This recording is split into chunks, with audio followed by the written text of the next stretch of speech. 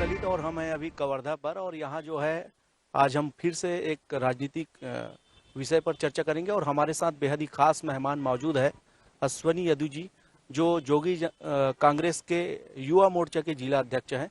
हम लगातार विस्तार से चर्चा करेंगे कि किस तरह से आज भी जोगी साहब के गुजर जाने के बाद जोगी साहब के बनाए हुए पार्टी को सहेजे हुए हैं और क्षेत्र में जो है जोगी जनता कांग्रेस के पार्टी को लगातार विस्तार कर रहे हैं। यदु साहब, सबसे पहले तो मैं आपको धन्यवाद कहना चाहूँगा पूरे टीम को, जो आप लोग छत्तीसगढ़ के जो मुद्दा हैं गांव-गांव में जाके आप उठा रहे हैं, इसके लिए बहुत बहुत धन्यवाद।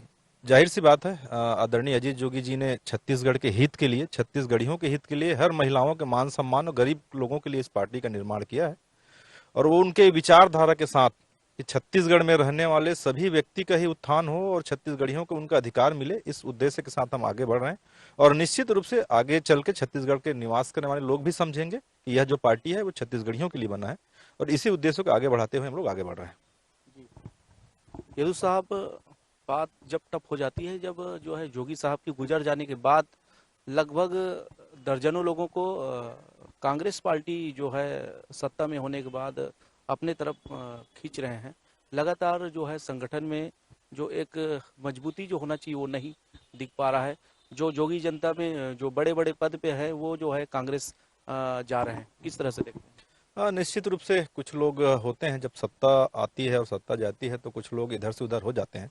हो सकता है उनको लगा होगा कि उनका फायदा उधर है, और हम वो सब जाने वाले को बधाई भी देते हैं और शुभकामनाएं भी देते हैं कि आपका भविष्य उज्जवल हो। लेकिन हमारा ये मानना है कि छत्तीसगढ़ का हित अगर कोई कर सकता है तो क्षेत्रीय पार्टी ही कर सकता है। दिल्ली में बैठे दो पार्टियां बिल्कुल छत्तीसगढ़ के बारे में नहीं सोच रहे हैं। आज छत्तीसगढ़ में क्या नहीं है, लेकिन छत्तीसगढ़ में रहने वाले हर लोग के साथ सिर्फ और सिर्फ धोखा हो रहा है। कहीं पे छत्तीसगढ़ियों के साथ न्याय नहीं हो रहा है।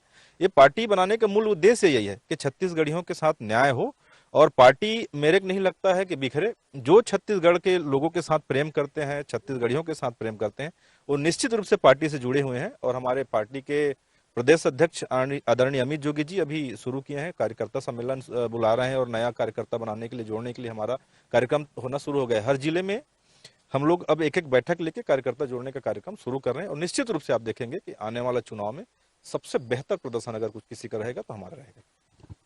यदु साहब, जिस तरह से अजीत जोगी, स्वर्गीय अजीत जोगी जो है इस पार्टी का निर्माण किया और भव्य रूप से इनका फैलाव भी हुआ और काफ़ी जो कांग्रेस के जो दिग्गज थे वो भी यहाँ आए और जोगी साहब को समर्थन दिए। लेकिन हाल में जोगी साहब के गुजर जाने के बाद उनके जो सुपुत्र है अमित जोगी जो है इस पार्टी को डायरेक्शन दे रहे हैं। उनके जो सुपुत्र है, क्या पार्टी को उस समय जो जोगी साहब जो मजबूती दे रहे थे उस समय का मजबूती वो दे पाएंगे? निश्चित रूप से बिल्कुल हमको लगता है। देखिए, बड़े साहब आदरणीय अजीत जोगी जी जिन उद्देश्य के साथ पार्टी का निर्माण उन्होंने किया है, अमित जोगी जी बिल्कुल उसी दिशा में जा रहे हैं। जोगी जी का निर्माण करने का एकमात्र उद्देश्य ये था कि छत्तीसगढ़ में रहने वाले बेरोजगार युवाओं को रोजगार मिले, महिलाओं को सुरक्षा मिले, यहाँ का जो संपत्ति है यहीं रहे और यहीं के लोगों का उसका लाभ मिले। मुख्य हमारा उद्देश्य ये है और इसी उद्देश्य को लेकर निश्चित रूप से अमित जोगी जी आगे बढ़ रहे हैं और युवा उनके साथ जुड़ रहे हैं। जो लोग आए, बड़े चेहरा भी आए, जो चले गए वो एक पास्ट था, हम उनको लेकर नहीं चल रहे हैं। भविष्य हम देख रहे हैं, आने वाला भविष्य हमारा ही होगा और जोगी कांग्रेस उसके लिए, और आदरणीय अमित जोगी जी बिल्कुल उसके लिए प्रतिबद्ध है और सही दिशा पे ले जाके वो पार्टी को लेके जा रहे हैं।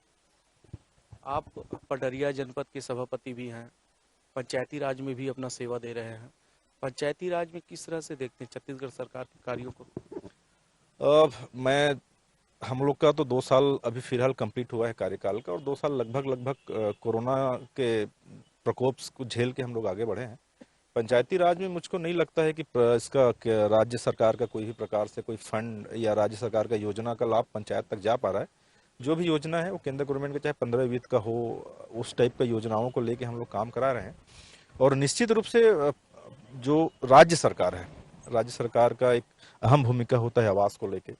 60-40 का जो रेशो होता है, आज हमारे प्रदेश के मुख्यमंत्री जी आज उस आवास जैसे योजना को रोक के रखे हुए हैं।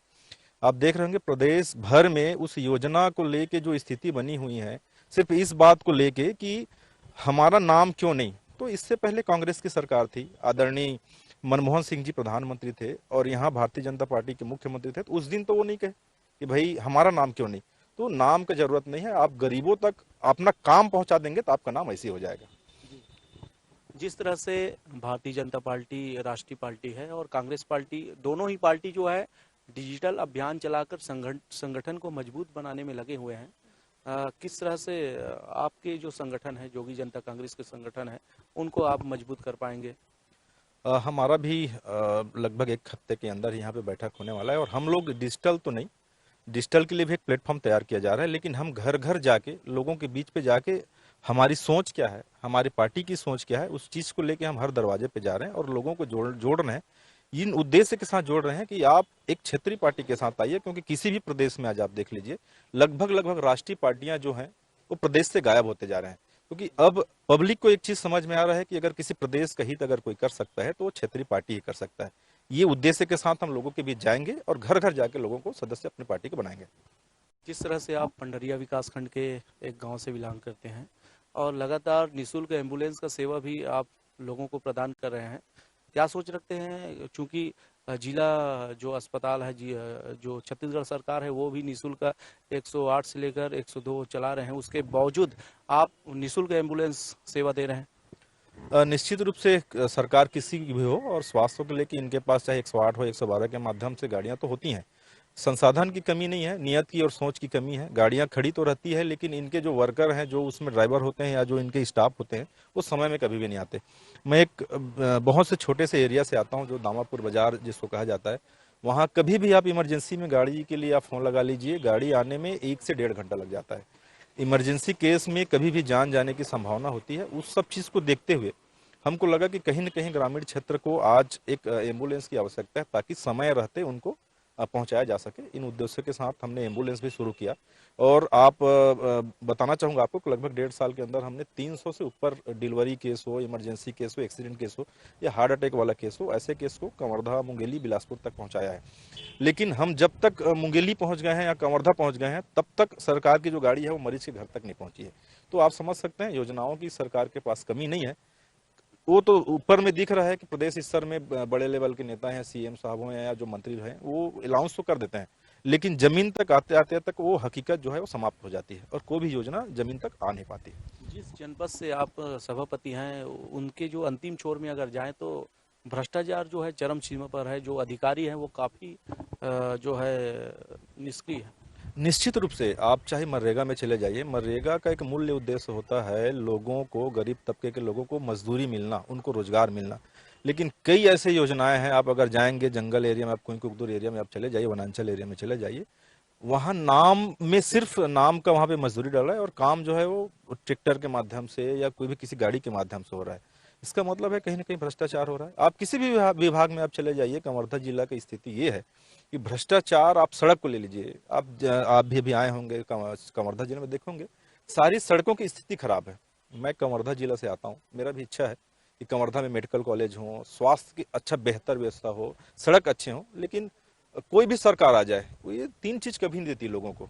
न हमको अच्छा सड़क मिल पाता है, न स्वास्थ्य की अच्छी व्यवस्था हो पाती है, न हमारे लिए शिक्षा की कोई अच्छा व्यवस्था है। आप चाहे 15 वित्त का राशि को लेकर पंचायत में चले जाइए, बहुत सारे में आपको देखेंगे कि पेपर में तो आपको काम दिख रहा है लेकिन धरातल में ऐसा कुछ काम हुआ नहीं है।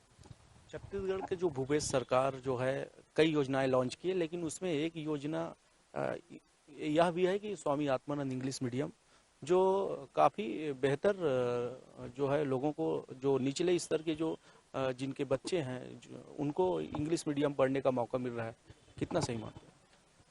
बिल्कुल मैं इस योजना का तारीफ तो करूंगा, लेकिन इसके साथ साथ एक बात और कहना चाहूंगा मैं कि जब सरकार का योजना है तो उन्हीं गरीब के बच्चे जो हैं वो 90% लोग आज भी टूटे हुए स्कूल, टपकते छत, नीचे बैठने के लिए कोई फ्लोरिंग की कोई व्यवस्था नहीं, ऐसे स्कूल में पढ़ रहे हैं।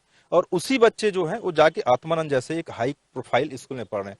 तो कहीं ना कहीं उन्हीं बच्चों के बीच में एक मतभेद पैदा नहीं किया जा रहा है, कहीं ना कहीं उन बच्चों के बीच में आरक्षण पैदा नहीं किया जा रहा है। अगर आपको इस योजना को लागू करना था तो आप सबके साथ करते। आपके पास किसी चीज की कमी है, ना संसाधन की कमी है, ना सोच की कमी है, लेकिन आप धरातल में अगर आ जाते हैं तो धरातल में कुछ चीज सही दिखता नहीं है। आप पूरे जिले में अगर 2 आत्मानंद स्कूल खोल देते हैं, बाकी यहाँ के हजारों और लाखों की संख्या में स्कूल जो है गिरने के कगार पे है, तो किसके साथ आप न्याय कर रहे हैं? न्याय कहीं पे हो ही नहीं रहा ना। आप 90% लोगों के साथ अन्याय करने के बाद 10% लोगों के साथ ये दिखा रहे हैं कि हम उनको एक फर्स्ट क्लास क्वालिटी की शिक्षा दे रहे हैं, अच्छे स्कूल में पढ़ा रहे हैं। ये न्याय तो मेरे कहीं पे नहीं लगता है। ठीक है, आपने एक पहल किया है, लेकिन वो पहल कितने % लोगों के लिए किया है? उसी घर का एक बच्चा जो है ऐसे स्कूल में जाके पढ़ रहा है जिस स्कूल का छत कब गिर जाए इसकी गारंटी नहीं है, और एक बच्चा जो जाके पढ़ रहा है आत्मानंद जैसे स्कूल में। तो न्याय मेरे हिसाब से सबके साथ होना चाहिए, जो भी नीडी है उसके साथ न्याय होना चाहिए। अब आप 10% लोग को न्याय और 90% लोग को न्याय नहीं दे रहे हैं, तो ये कहीं से मेरे को उचित नहीं लगता है। सूत्रों की माने तो भंडरिया क्षेत्र के और कवर्धा जिले के जो जोगी जनता कांग्रेस के कई जो दिग्गज नेता हैं वो कांग्रेस ज्वाइन करने जा रहे हैं, ये सूत्रों को कहना है। वैसे तो हमारे तक अभी तक कोई जानकारी नहीं है, लेकिन जो जाए उनको शुभकामनाएं। हो सकता है कि कहीं जाने से उनको अगर उनका हित दिखता होगा तो अच्छी बात है, शुभकामनाएं हैं। हम तो छत्तीसगढ़ियों के हित के लिए लड़ना चाहते हैं। निश्चित रूप से हमारी पार्टी छोटी है और छत्तीसगढ़ियों के लिए बनी है, तो हम बिल्कुल आगे इस पार्टी के साथ संघर्ष करेंगे और हमको यकीन है कि आने वाला समय लोग समझेंगे और इस पार्टी को एक मौका जरूर देंगे। तो इस तरह से हम अश्वनी यदु जी से चर्चा कर रहे थे, लगातार जो जोगी जनता कांग्रेस के युवा मोर्चा के जिला अध्यक्ष हैं और लगातार जोगी जनता कांग्रेस के संगठन को मजबूत बनाने में लगे हुए हैं। और निश्चित रूप से जोगी साहब जो सपना देखे थे उनको आप साकार करने में जरूर सफल होंगे, या आपकी जो सपना है वो जरूर पूरा हो। कैमरा पर्सन राजेंद्र भारद्वाज के साथ साधना न्यूज संवाददाता ललित।